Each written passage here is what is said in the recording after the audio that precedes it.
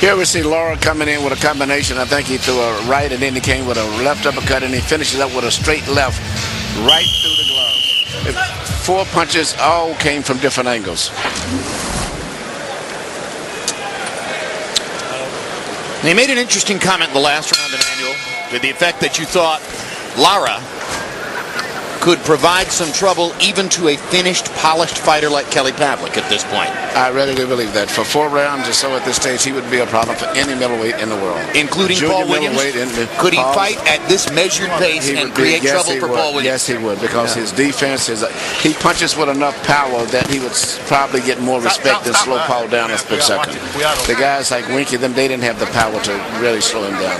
I think that's true of many outstanding young fighters, but what you don't know is how they would do in a long fight, how they would deal with adversity, all those kinds of things. But in a short fight, many of them have the talent to fight the best fighters out there. In my gym workouts, most all of my top world champions, they prefer to fight with good, fast amateurs, and they usually lose a lot. But that's why we change them every 3 rounds. We put in someone fresh. But for just pure talent, amateur fighters oftentimes who win the early part. Stop. The difference, of course, is that amateurs are accustomed with fighting with headgear for 3 rounds. That's correct. And fighting without headgear for 8, 10, 12 rounds is an entirely different enterprise. And they don't punch for power, they just go for points as amateurs. This guy here, Lawyer, is nowhere in the world that someone could tell me if I didn't know that he was from Cuba and from an amateur program. He fights so professional. Usually they're upright, they're just throwing 1 or 2 clear punches. Everything he does is very professional, very well placed. And his movements in and out, bending down low, slipping and sliding, definitely not amateur. This is only the 2nd time in his professional career that he's gone past 1 round. You sure you didn't get him to defect, Emmanuel? No, but Oscar is very, very proud of him. So I don't know, maybe he had something to do with it. You don't own that speedboat that he fled on, right? No, wait. Well, we mentioned how he would eventually bring the left hand over the top, and you just saw it.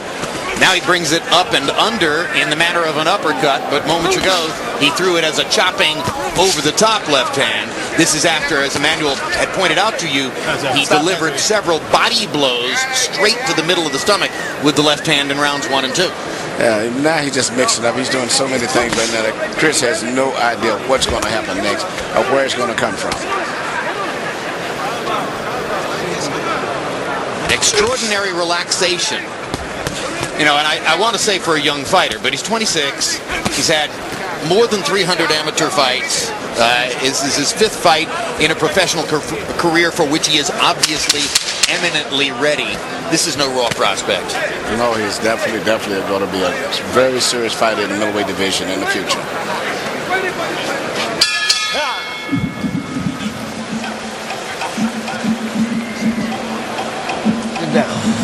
In a moment, we're going to show you something new from our CompuBox graphics arsenal.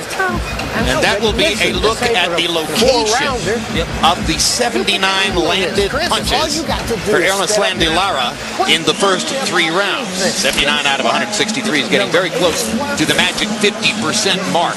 And here are the targets that Lara has been hitting.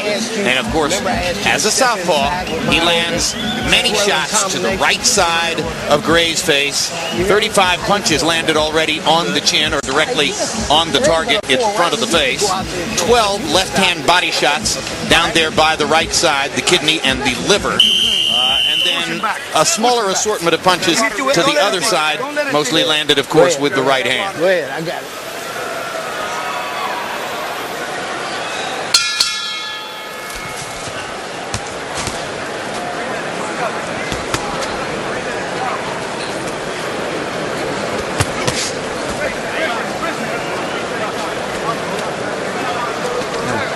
In case you were curious about how Lara defected twice from Cuba, on one occasion he was with the Cuban team in Brazil in the Pan American Games, and he defected, but then the local constabulary found him and deported him back to Cuba. And then a year or 2 later, he sped away on a speedboat. So he obviously knows what you do, Emmanuel, that he has professional skills.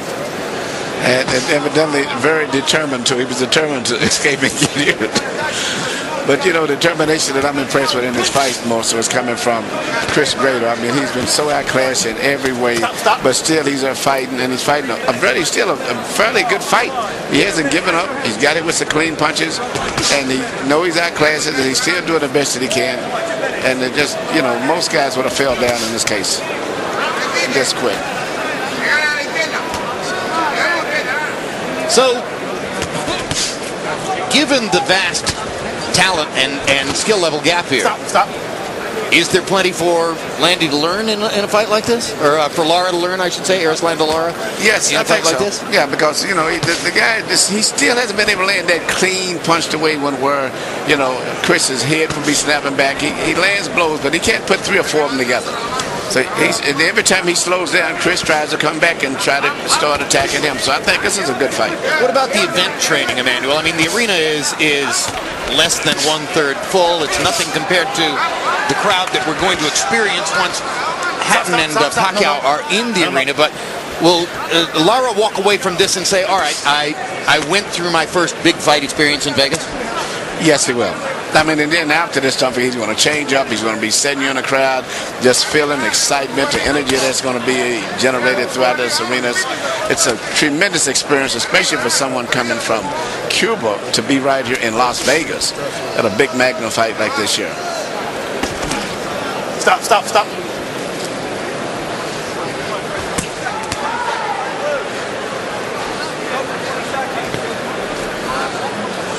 I'm not sure Gray has actually managed to land a single clean punch to the head. But Lara is that good with his hand defense. Yeah, but it's not that Gray hasn't tried. No, he's tried. He's tried. No, I mean, I think Chris Gray's put forth, I agree with you, he's put forth a heck of an effort. If anything, he's gotten better from round to round. And this is a great victory for him, the fact that he went the limit.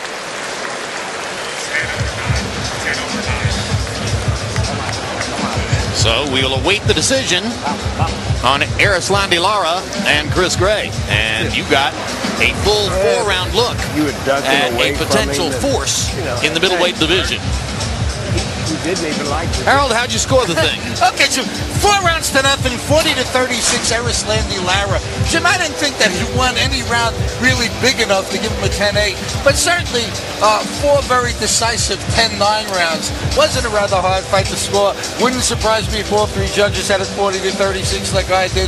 And like you've been saying, Erislandy Lara is certainly better than a 4-round fighter.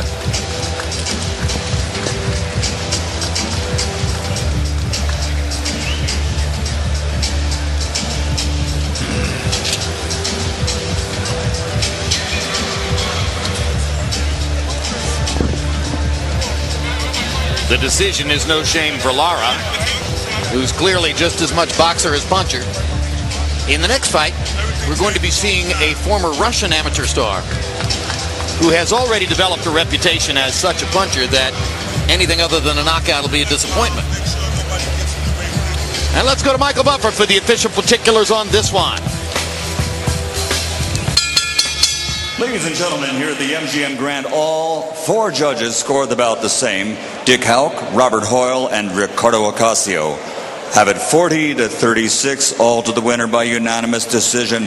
Still undefeated from Guantanamo, Cuba, Erislandy, El Oro de Guantanamo, Lara.